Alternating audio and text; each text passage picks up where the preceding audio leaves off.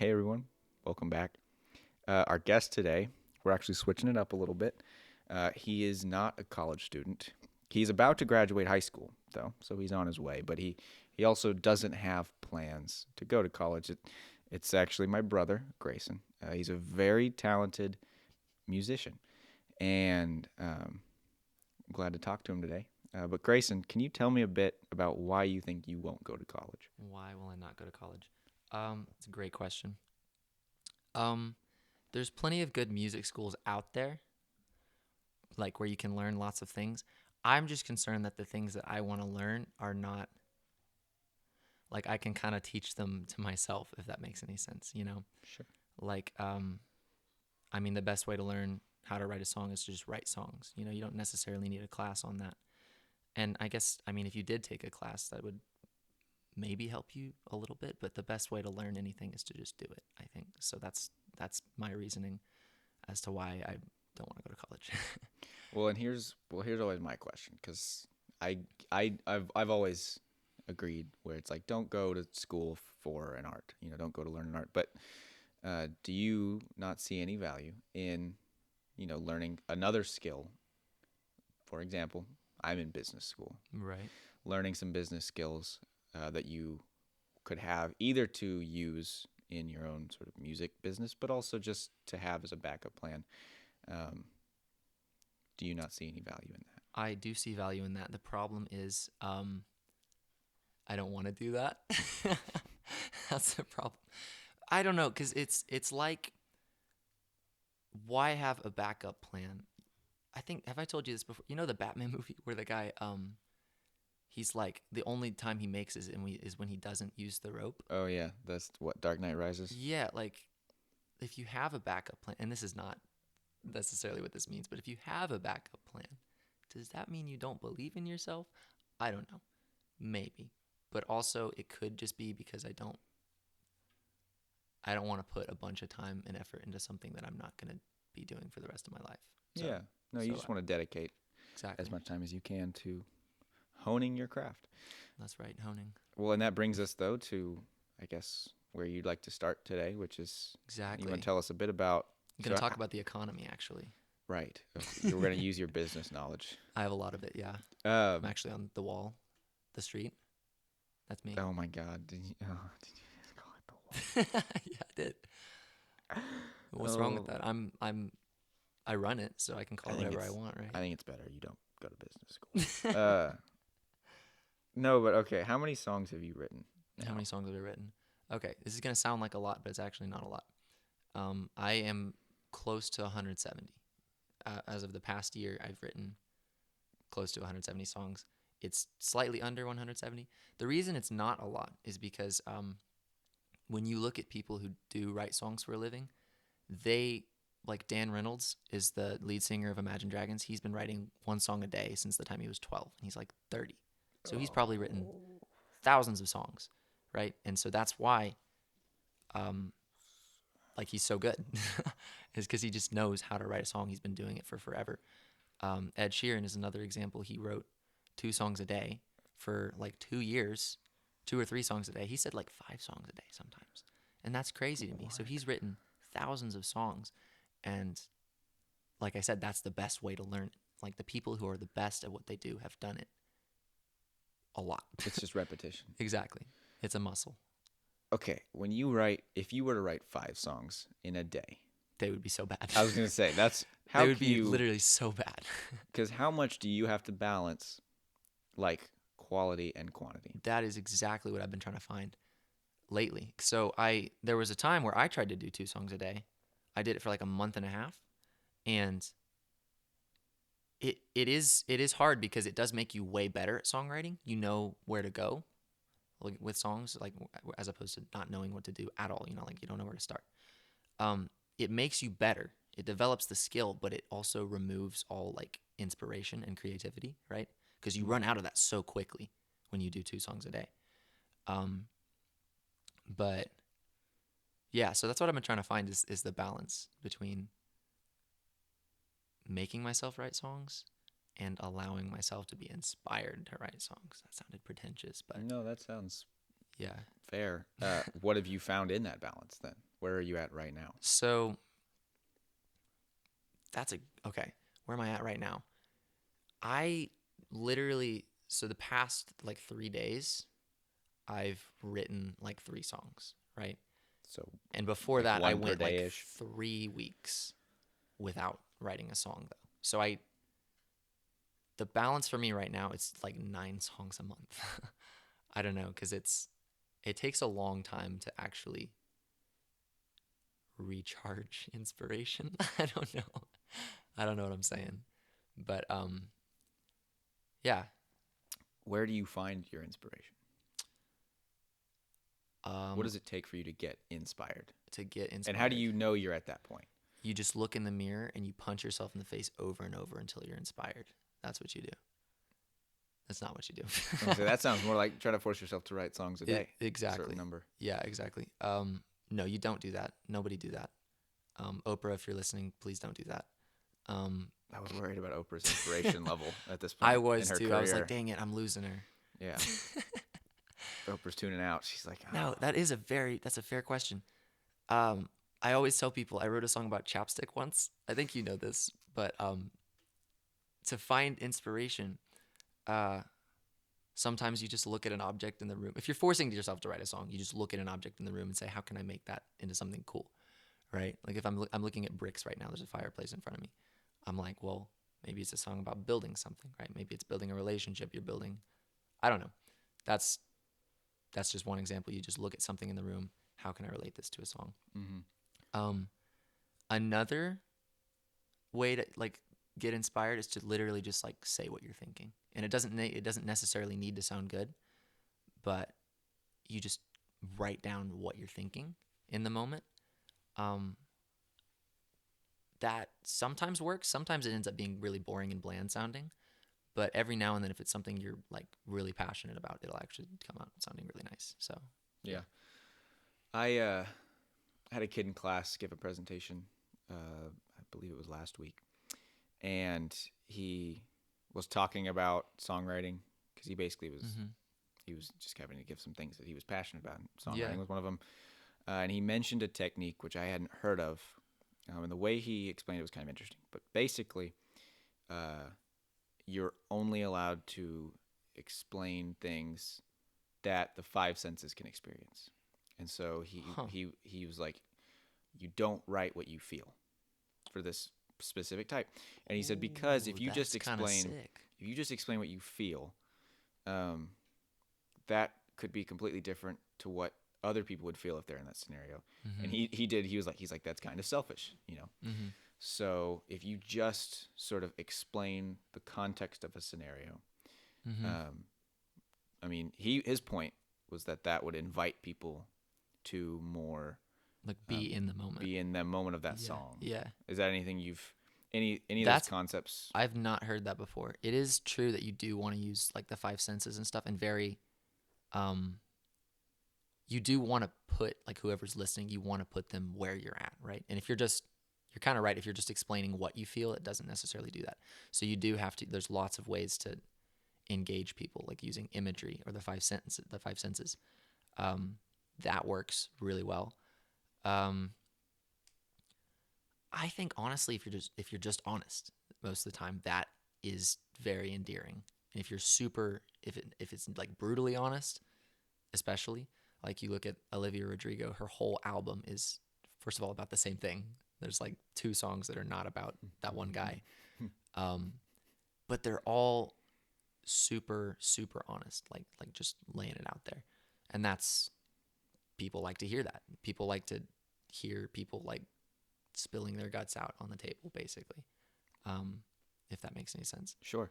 But yeah, Well, then let me I ask think you so. this because I know that Hmm. you don't have that much life experience. I don't. I literally, I'm a baby. I mean, you it's just Yeah, as your brother, I know this. you do. You do know this. Um, so how do you write 170 songs that are about a variety of things? I've heard several, and I mean, they're about any number of things, and you haven't really experienced a lot of them. I would Mm-mm. argue that some of your best songs are things you have experienced. I Um, absolutely agree. uh, you have a song called Coastline.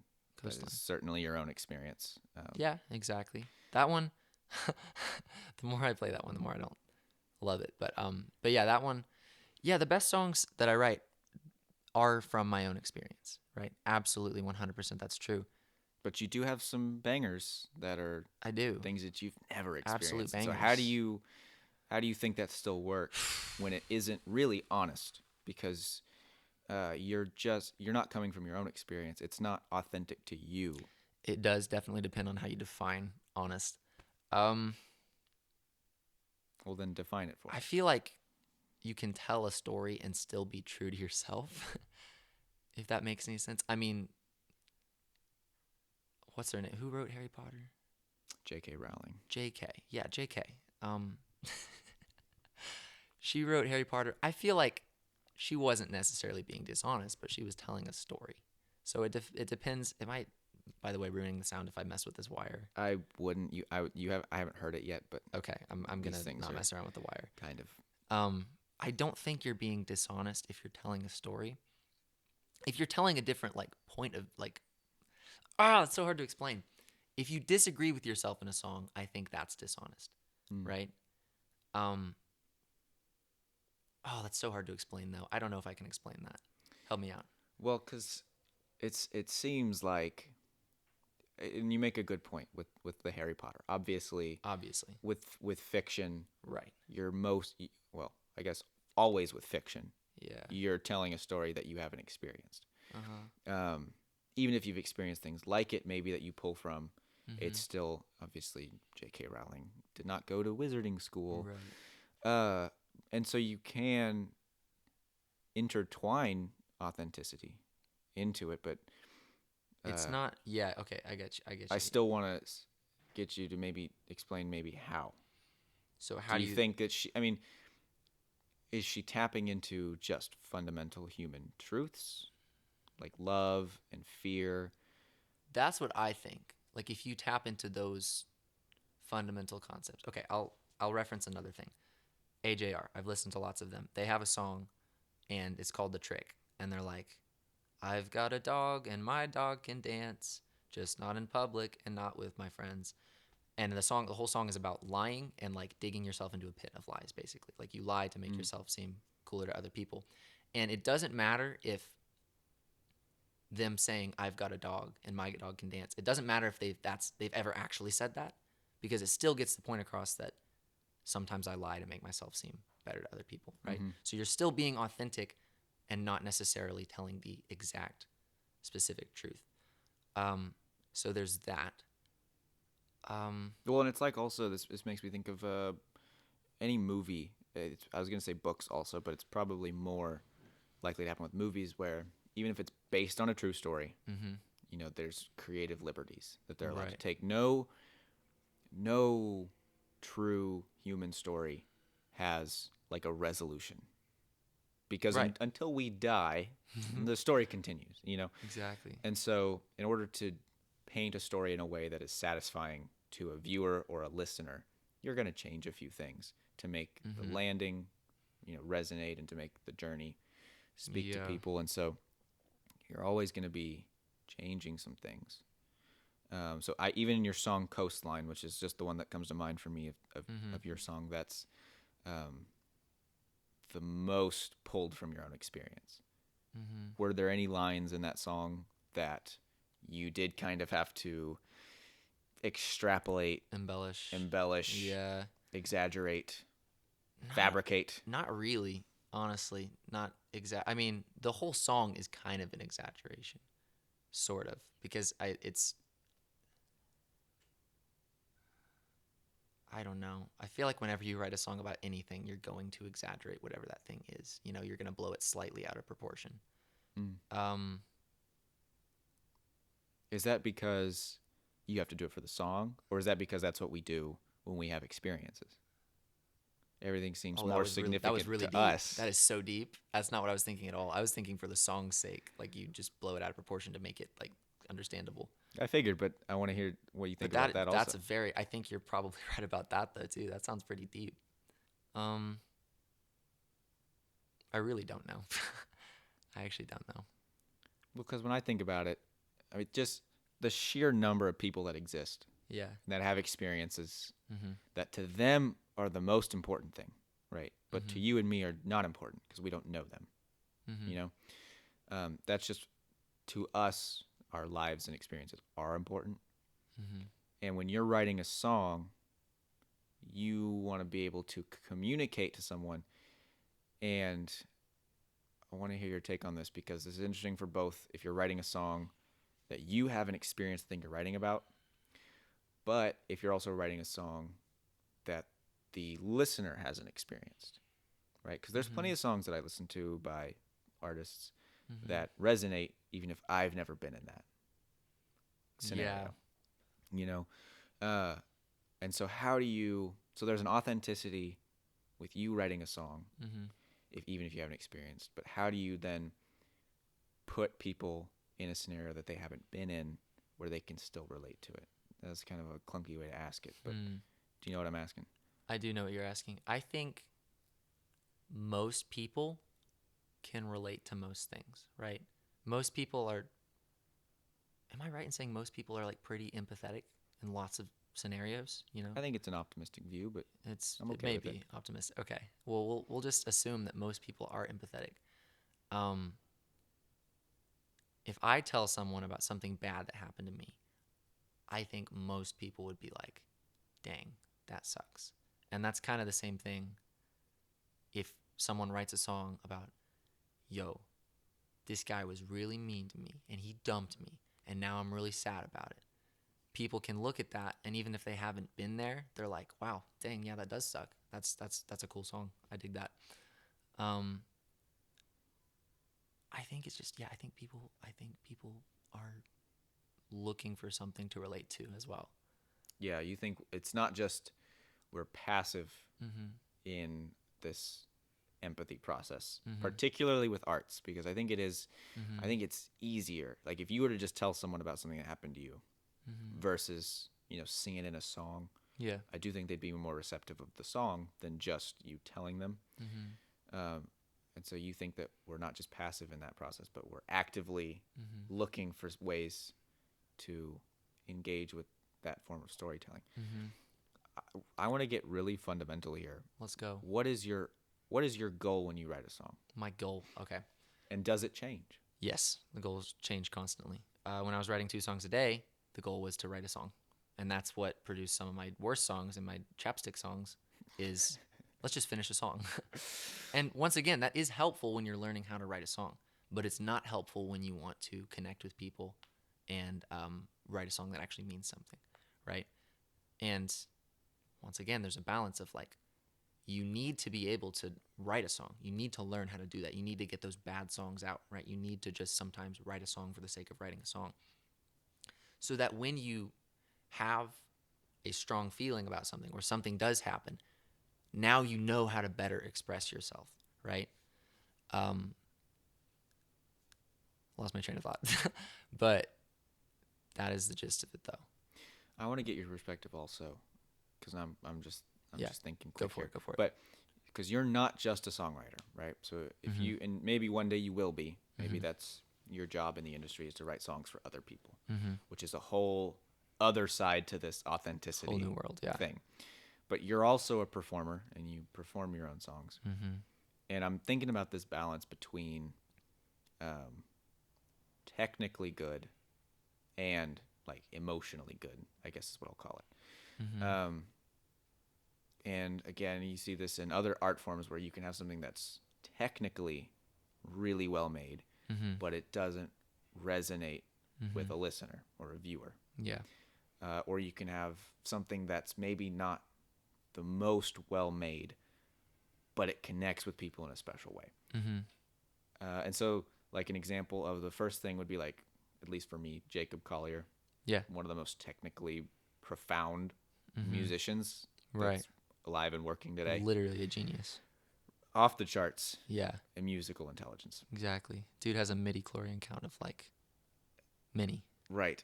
He's insane, He's crazy. but I don't like his music. I don't either. And so his technical knowledge Mm-hmm. for me, it does for plenty of people, but for me it doesn't Mm-hmm. translate to perfect music. Yeah, so Yeah. you're hitting on something that's really, really, that is very fundamental. Um, a really good artist, because anyone can just throw something crazy together, right? That's really not anyone, but if you know what you're doing, you can throw something crazy complicated together, right? But like true artistry is when you strip it down to only its essentials. Like, what does it really need, right? You make it. What's the Shakespeare quote? Brevity is something. Uh, Brevity is great. Okay, you're supposed to make things the simple as they possibly can be, right?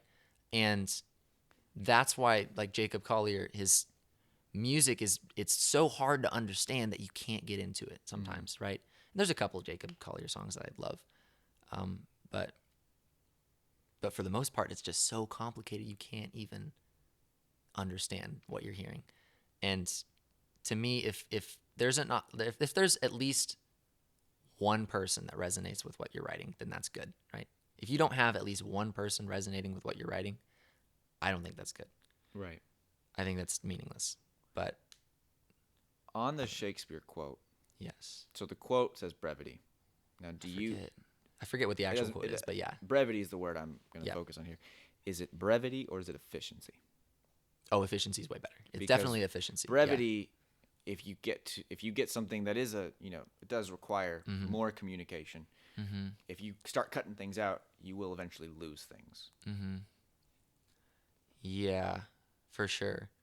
It's kind of like Phineas. I know you listen to Phineas a lot. I've listened to a lot of him recently, and I forget which interview it was, but he was talking about how he writes piano chord progression. You might have told me this even, but he writes them in a way that's like he doesn't play too many notes, right? He only plays the notes that are needed, and that's basically what I'm just like.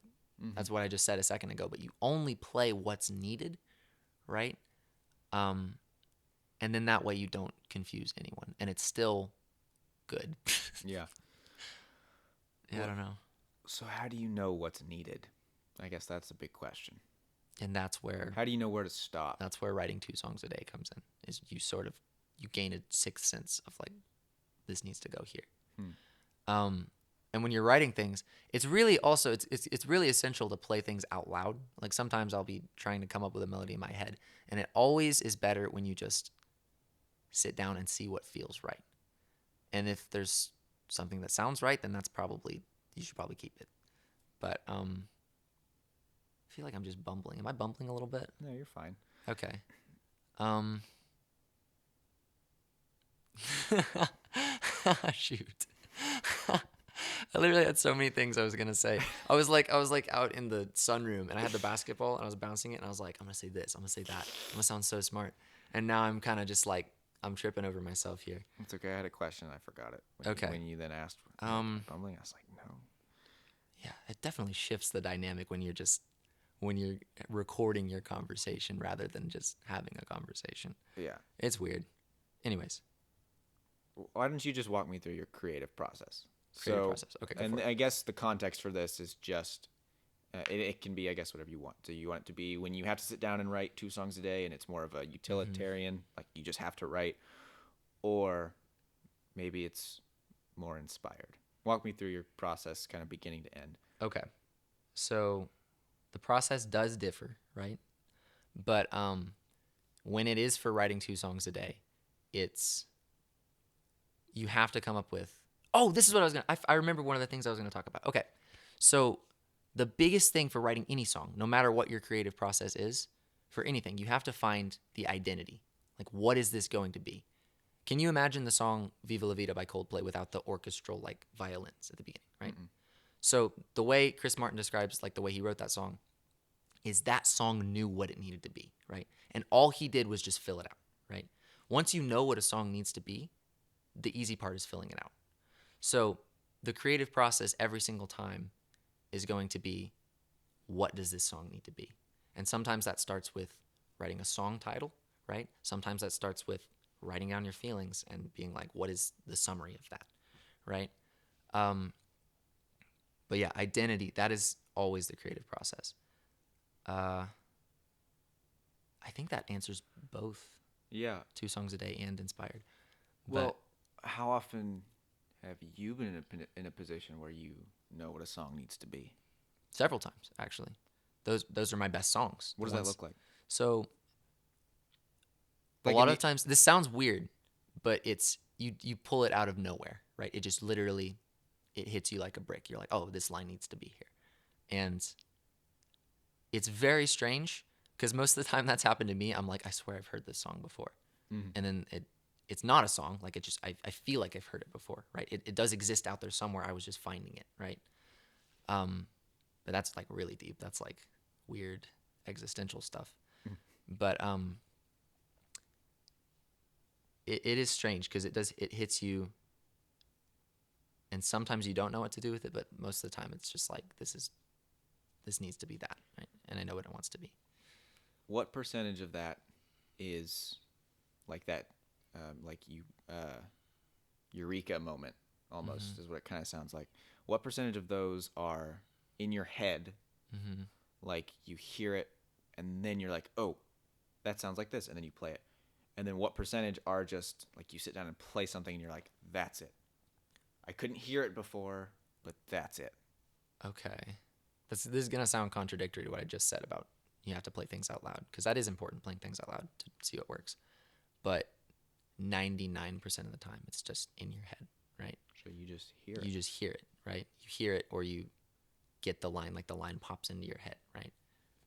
With words, it is a little bit different. Like yeah, I don't know, but it always just pops into your head, and you're like, that's great. That needs to be there. Um, I don't think it's ever happened any other way for me. Okay, so you've there's never been like I know it needs something.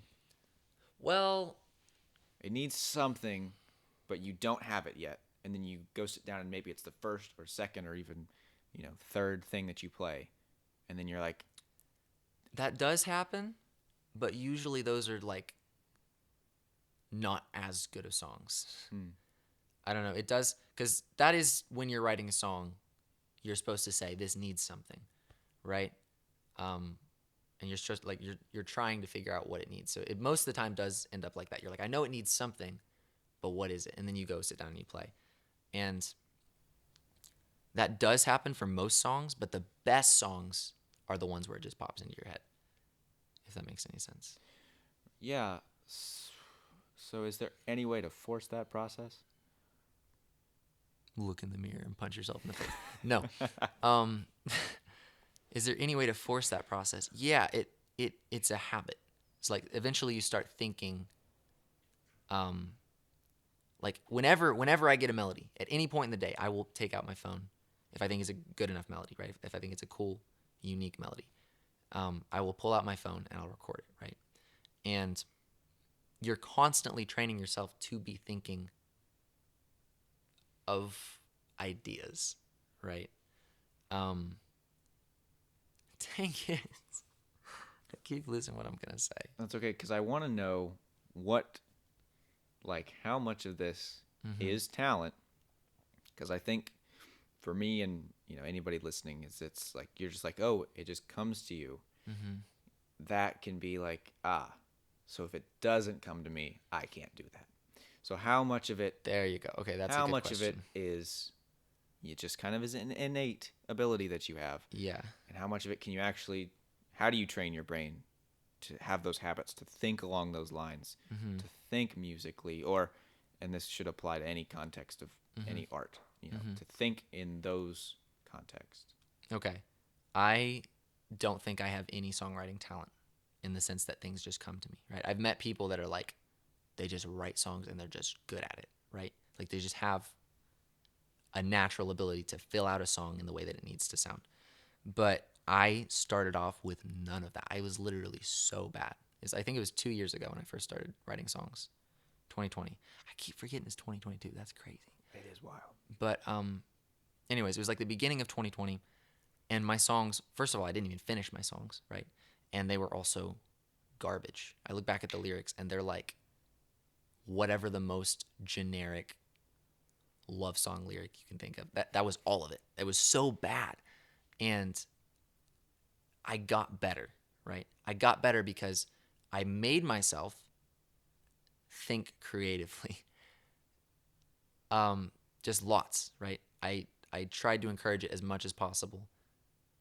Whenever I get an idea, write it down, right? That trains that a little bit. But and then writing 2 songs a day, that also was training creativity. Yeah. Gotcha. So, when you write a song now Mhm. compared to then, Yeah. how does it look different? Okay. So then What have you learned when that I'm you thinking apply? like 2 years ago, Mm-hmm. there's sometimes not much has changed. Sometimes I sit down and I have no idea where to go. But in the beginning that was all the time. I'm just like, this is going nowhere. I have no idea what to do. And um, that was 100% of the time I would sit down and be just completely blank, right? But at this point, it's kind of like it's you allow yourself to have ideas more. You kind of, at first, you hold yourself back, like you have a filter. Um, and then as you write more, that filter slowly gets like wider and wider, and you let more and more things out. And even if they are mostly bad, like occasionally you are going to get a good idea. And so at this point, I just have more ideas. That's the only thing that's changed. I really don't think I know that much about songwriting. I sometimes I sit down, I don't know how to write a song. That's it. But yeah, for So the most part, sometimes, it's just letting yourself have ideas. yeah. And so, how has your perception of perfection changed? Ooh, And I just that was I wanted really to use that cool. because it sounds the same, but really what I mean is, I think it's easy when you're just starting to make things to Hmm. think it has to be perfect or it has to be good. Yeah. And then how do you get how have you overcome that to where you can just let it flow and let it be? Well, at first when I started writing, I wouldn't finish it. I would very rarely finish a song. So when I started feeling myself like finishing a song, right? If I started catching myself finishing a song, in my mind I'd be like, "Oh, I'm finishing this one. This one has to be really good." And then I wouldn't finish it, right? So the more songs that I finished, the more I kind of realized like each bad song has less weight, right? It's not as bad when you compare it. If you have one bad song out of 170, it's not going to weigh as much as if you have one bad song out of 3. Mm-hmm. Like, gosh dang it, 33% of the stuff that I write is bad. And in actuality, it's going to be like 90% of the stuff that you write is bad. But it's all about like finding the 10% of good ideas because you will stumble upon a good idea if you just keep on trying, if you just keep on letting yourself have ideas. So your keyword there is just persistence. Just Persistence. keep going Persistence. and you'll get there. Yes, absolutely. I had Brittany on a couple episodes ago, Mm-hmm. and she's music industry person, Right. and she writes songs. She's taken some songwriting classes, and that was it was a big thing for her when she was talking about um, just kind of having to let all that go and just let yourself engage in that process. Mm-hmm. Let yourself be persistent and just finish what you start. Mm-hmm. How many songs now do you not finish? Like if you start one, how often do you Plenty. not finish? Way more than they finish. Hmm. Because if you count an unfinished song as just one line, I have like 300 notes in my phone. I don't know how many it is at this point, but it's hundreds. So if you count it like that, then I have hundreds of unfinished songs. But if it's actually like a song I've sat down and I'm like, I want to finish a song, and then it's not finished,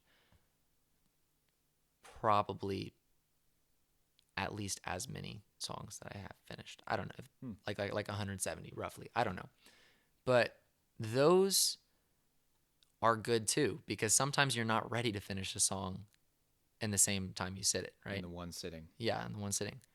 Um, I finished a song last night at like 2 a.m. That I had started like a week ago, and I didn't know where it should have gone a week ago. But then last night I sat down and I was kind of like, well, this sounds great if I do this, and so I just finished the song.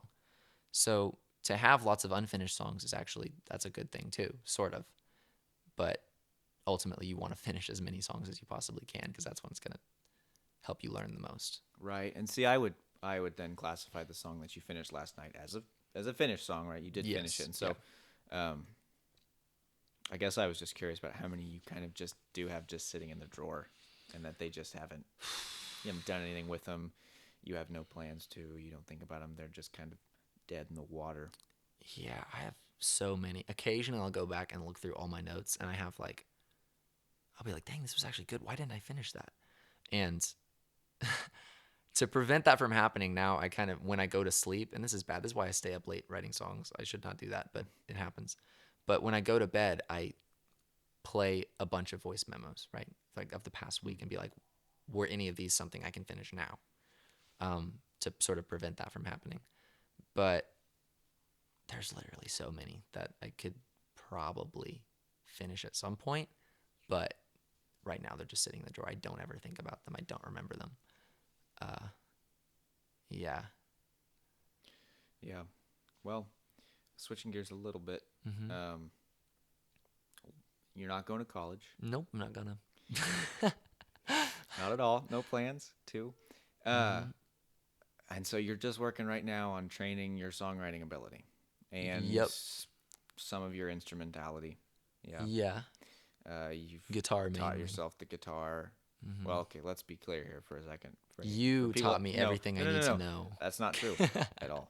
I played guitar first, but I don't know near as much as you. You taught me the chord shapes. That's all I needed. Google taught me, so you could have done the same thing. It doesn't matter. That's The true. point is, you are mostly self-taught with the piano and the guitar, and Mostly you've had some training in piano. your vocals and your Direction, piano. yeah. Direction is a good word because I really feel like your instructor Logan just let you sort of Mm-hmm. go off. Like he would kind of just point you if you started to get Yeah, too which far. is awesome. I love Logan. Right, he just let you learn what you wanted to. Yeah. Can you tell me? This wasn't where I was going, but I'm always curious about this. That's okay, yeah. What do you think are the advantages of the way you learned compared to the classical way of instruction?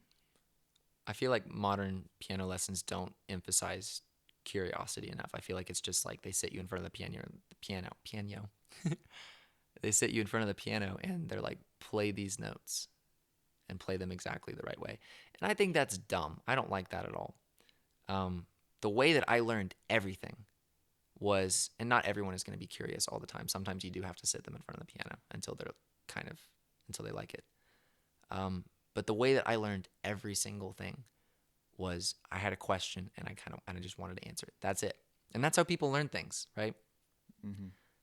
People don't learn things when they just like are forced to memorize things. You see it in public school. Like no one remembers the facts that they memorized 2 years ago.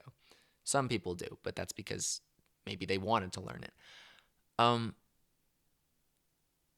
But learning is always best when you're just having fun with it and you're just like, I wonder how this works, you know? Right. If you're truly curious and you're truly trying to learn, it's gonna burn at your stick brain. better Yeah. in your head. And I mean, to your overall credit, see this in college quite a bit. It's a lot of not very many classes are truly just teaching me how to learn, and a lot of them are very reliant on tests that if you just study a Right. couple days for like really hard, Exactly. it'll all be fresh in your mind and you can go do well on the test and then forget it a week later. And that is useful. I mean, sometimes you're going to need to do something along those lines. I don't know. Maybe I'm definitely thinking of business calculus. I learned nothing in that Business class. And I don't know how that's possible. I don't know. You can have a semester where you just do learn nothing. homework every week and you don't learn anything. But Yeah. okay, back to the original question. Yeah. What do your next few years look like? My next few years. You're So graduating in May. graduate. Yeah. I mean, May, You're homeschooled, give or so take. it's I'm weird. homeschooled, so I can technically graduate now, but I can also technically graduate a year from now. So I don't really know. But next few years, I have a goal that I want to have an album out by the time I'm 22. And I have a little timer on my phone, and I have 3 years and 8 months left. I just checked the other day. I made the timer when I had 4 years left. So it's already been 4 months, and I'm like, oh crap, that's kind of a good chunk of that. So that's one of the goals. I kind of don't know. Like I don't know where to go, because I know I want to do music, but I just don't know whether it's going to be writing songs, whether it's going to be producing songs. I don't know how to produce a song at all yet, but I don't know where it's going to be. I just know I want to do music. So I think the way it's going to happen is just whenever someone invites me to do something music, I'm just going to say yes. And that's it. And then hopefully that'll lead me somewhere. Yeah. But yeah. With that lofty goal, Very lofty. album and sorry, what was the actual album? By the time I'm 22, so 3 years and 8 months from now. I'll tell you, 22 comes fast. Yeah. I'm almost 21. I'll be 21 this year. Happens quick. You're old. I know. You're so old. Thank you. You're welcome. It was a compliment. I appreciate it. How are you going to break that out into smaller goals? And we've talked about this before. Yeah, I know. So I'm bringing it back up. It's pretty, I know. Get your answer on the record here. Yeah. Oh, wow. How are you going to break it up into smaller goals? I have no idea. Well, that's literally, I don't know. I have like 14 songs that I'm like, I could maybe put these on an album. So there's that. Like, I have songs I could put on an album. So the next step would be find somebody who can help you produce it and make it sound how you actually really want it to sound. Another step, because obviously I would want the album to sell. So I'm so bad at the marketing side of things, like social media. I'm so bad at that. I can't stay on top of it for whatever reason. And I just don't want to for some reason. But that would be another step, is like try to get something going so you have a little bit of momentum before you release an album. Another step would be to just gain connections, I guess, like find people in the music industry who already know what they're doing and who have already gone through the phase of like finding out where they belong in the music industry. That would be another step. So there's multiple steps. I don't necessarily know what order, but I know that I need to take those at some point. So go ahead and plug your TikTok real fast. Plug it? Okay. I think it's Grayson Graham Cracker. That's my name. Why did I say it like that? I said Grayson Graham Cracker. Grayson. When you type it in, you got to type it in like that too. You got to be like Grayson Graham. You got to capitalize the A. Exactly. Capitalize everything, actually. No, it's not. It's all lowercase. Grayson Graham Cracker. Cracker. Yes. Yeah. Oh, yeah. No, I know, because I learn about this in my management classes a lot. Just SMART goals, the acronym SMART, yeah. and breaking it up into, and they call it management by objectives within the context of managing people in a business. Yeah. But it's very important to have those goals. Why are you doing why is an album your goal and not an EP? Or is an EP That's a great question. I kind of forgot that EPs exist. Is an EP a step? Maybe you release an EP like at 21 as a kind of pre-step to that album. You do need to have an EP probably, because that's what is going to gain some momentum, is people are going to listen to that and be like, oh, this guy does make good music. Let's listen to his album. I think when I do release an EP, I need to have an album in mind though, right? Like already ready. Just so that it's not, I don't know, so it's not gonna like sneak up on me, I guess, having an album ready. Yeah. Well, awesome. Got some things to look forward to. You want to leave us with any closing thoughts? I know you're going to sing a song here in a minute. I am going to sing a song. But anything you want to leave us with? Follow your dreams. Always do whatever and what you feel, and all the time. Always. And that is the key. Yeah. Excellent work. Thank you.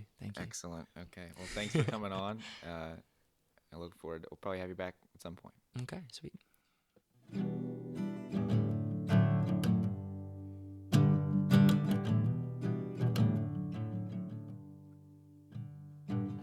Don't you give up. Don't you give up on me while I'm giving out. Don't you go out. Don't you know I'ma need you to tell me how to heal up and how to feel something, how to hold up and let go of this game I'm playing. Red in my eyes, panic advice in my head. I let it ring twice. Now I'm closer to the edge than to you, and I don't wanna fall again. Don't want it at all. No, I can't do this all again. No, I don't want it. No, I don't want it. Ooh. No, I don't want it. Ooh. No, I don't want it. Ooh. No, I don't want it.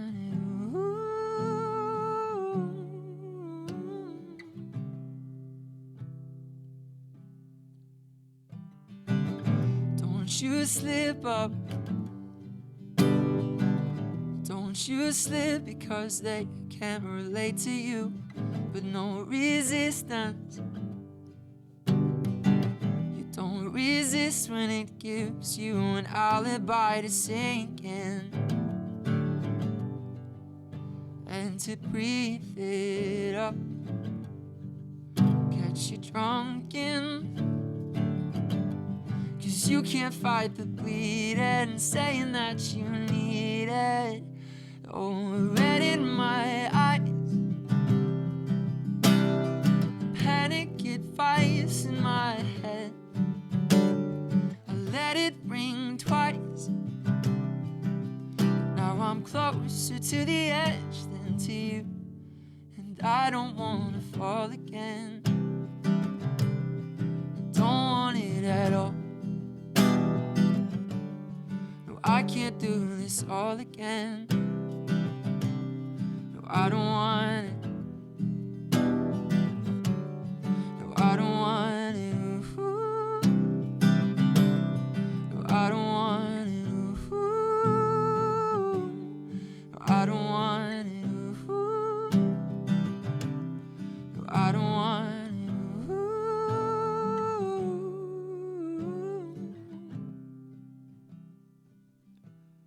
No, I don't want it.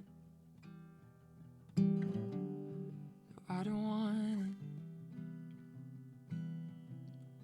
I don't want it. I don't want it.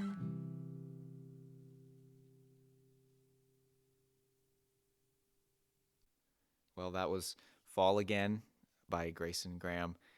He is on TikTok, GraysonGraham, Cracker, Grayson Graham Cracker on TikTok. Thanks for coming on.